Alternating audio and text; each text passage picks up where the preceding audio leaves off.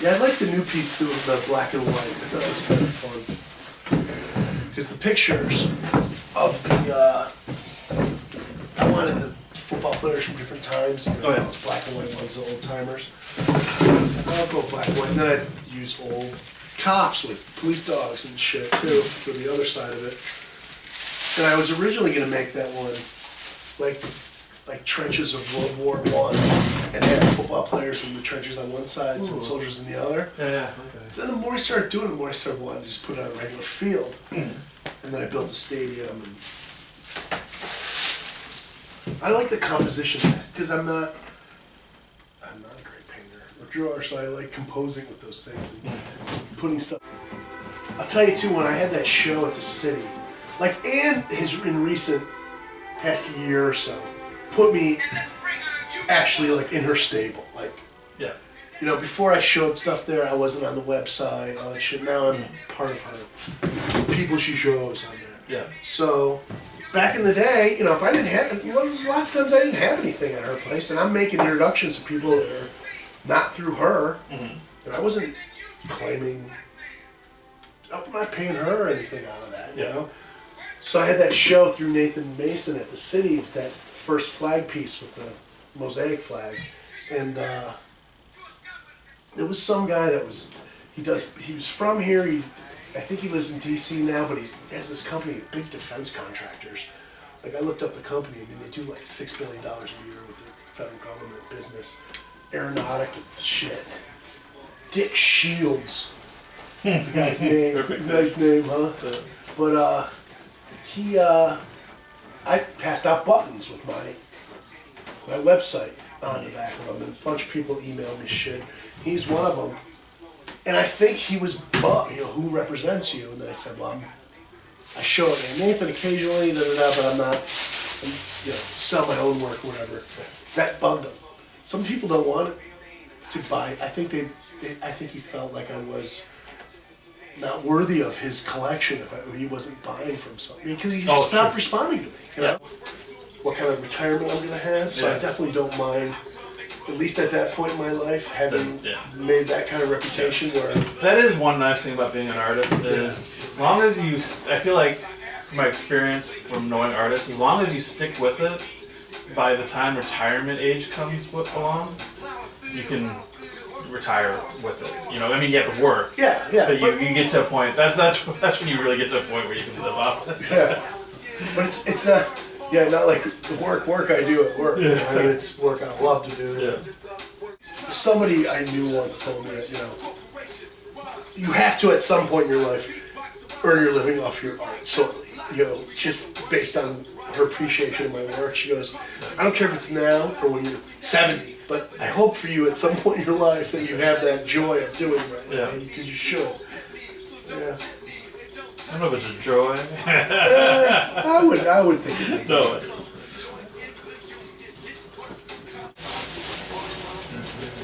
Yeah, I bought some gray and silver paper, like when I was doing that black and white piece I just did.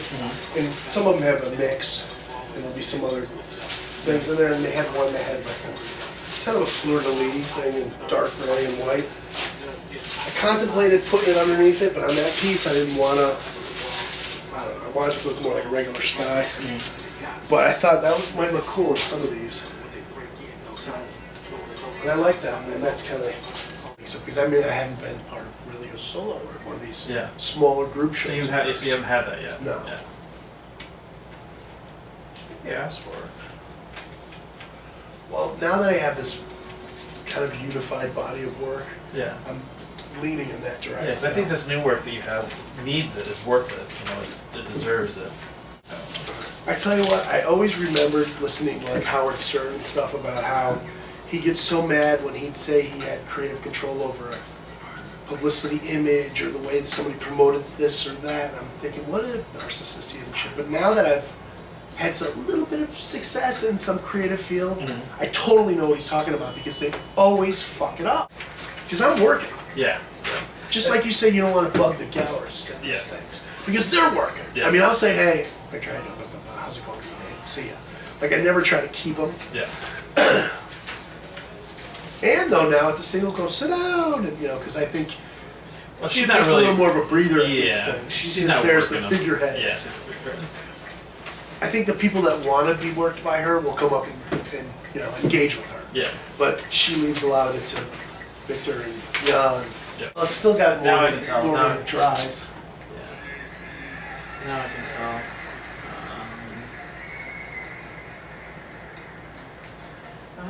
Let's see when it dries.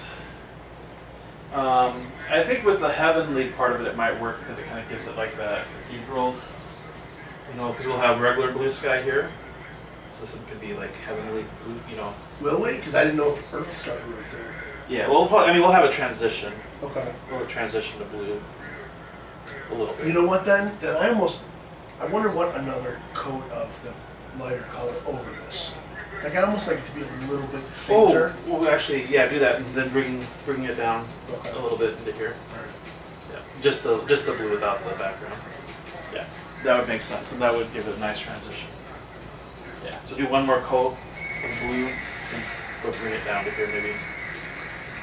I'll put the dark blue without the design in it, strip of that, and then another light thing over the whole thing. Okay.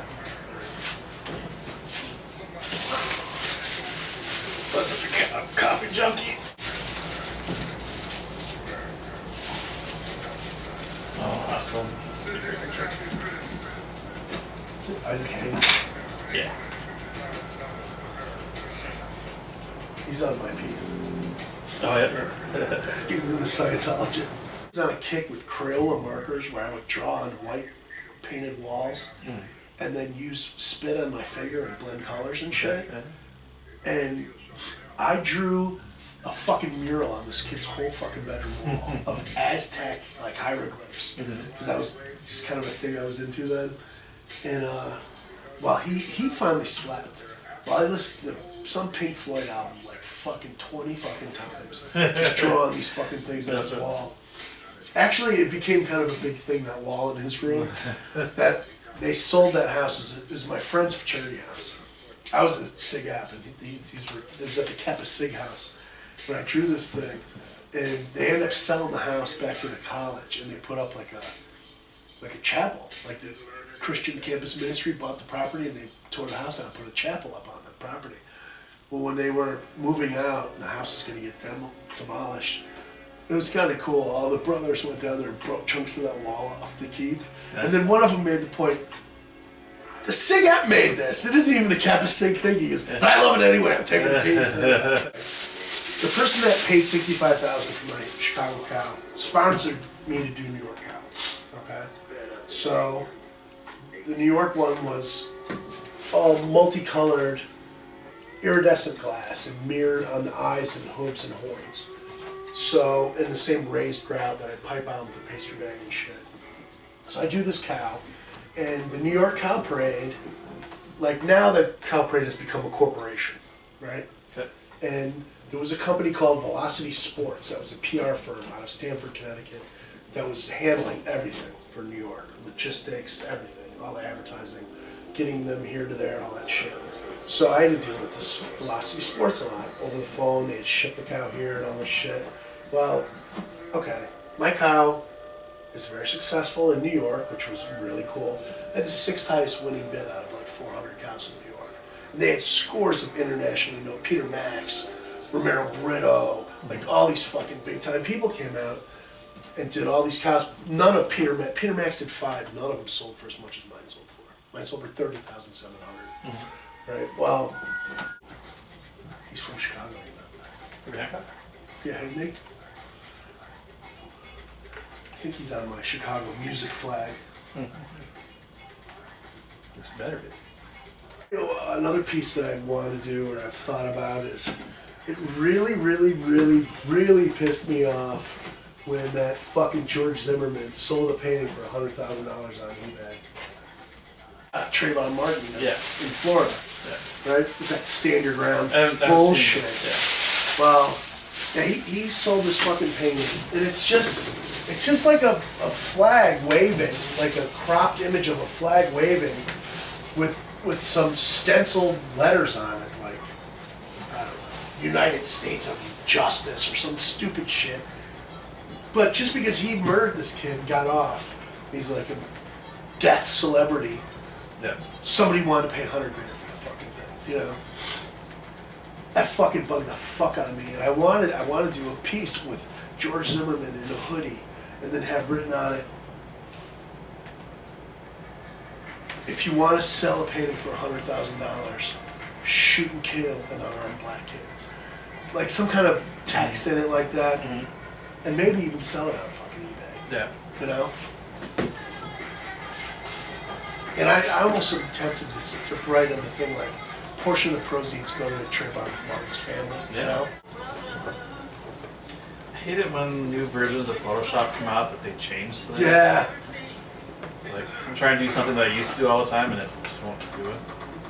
I had a computer take a shit on me and I had some old version of it that I just mastered the fuck out of. And now I fuck around on Paint. Microsoft Paint, and just do what I can, and if I can't do that, I'll do it with the scissors or something. Yeah, I mean, even that Picasso, like you can't reverse an image on the Picasso. Like that seems like a pretty rudimentary thing, you know. Yeah. I had one. I mean, I got one from the ad agency, like a really nice, you know, thing, and it was such a pain in the ass to use.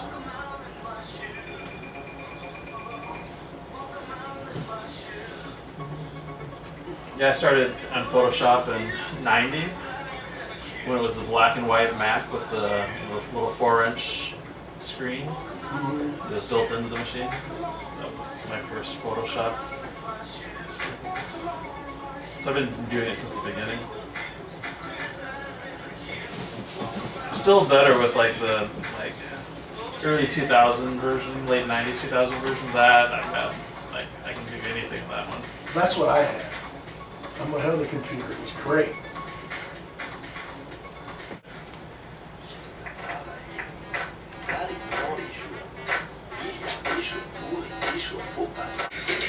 So I'm about halfway there.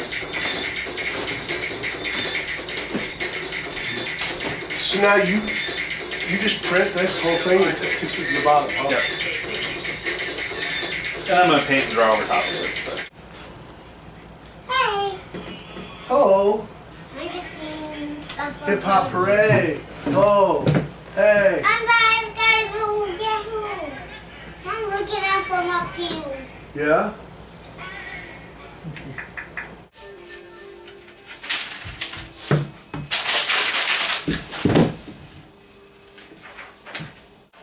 George Lucas says I'm a barbarian.